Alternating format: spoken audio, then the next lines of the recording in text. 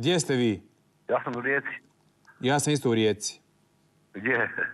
Na Grobniku. Šarenim, šta ja znam, trebam doći vidjeti, ali meni treba ovako za šumu, ja imam jednog već. Kako se zovete vi? Jurkotić. A ja sam Prpić. Prpić. Davor Jurkotić, ne znam da li ste čuli za mene. A Davor, da, znam, ovaj je dole. Koji? S televizije.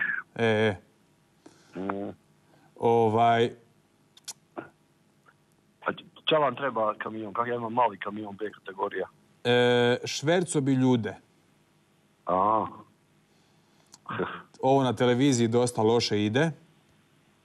Ja. I sad sam kupio već 2 manja kamiona, krenuo sam s time, vidim ide jako dobro, tu ih prebacujem na rupi preko granice, ima neki bijeli put i treba bi mi još jedan kamion jer smo 3 kompanjona. Aha. I bacamo Kineze, Afganistance, Iračane preko granice. Da, pa nemam ja veze s tim. Da, ma nemate veze. Ja bi samo kamion, a pošto moji roditelji imaju predivnog konja za svog sina, onda bi ja vama dao tog konja. A ne znam, ja imam neki kamion B kategorija, sad ja bi ga možda mijenjao za konjića. To je lijep mali konjić. Koliko ima? Par godina star.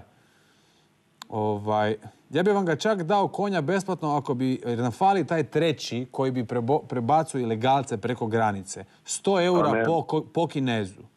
A ne bi se ja s tim bavio. Ne, a? A ne. Ne bi to... Pazite, znate koliko u vaš taj kombi stane kamiončić Kineza? No ne znam, ne stane ni jedan. Vi zezate mene. Ja vas zezam. Da, kakav je Kineza, kakav Šverc. Ja u životu nisam čovjeka zeznuo. A ništa, nema posla, dobro, ajte Bog. A dobro. Ja sam baš mislio konja dati.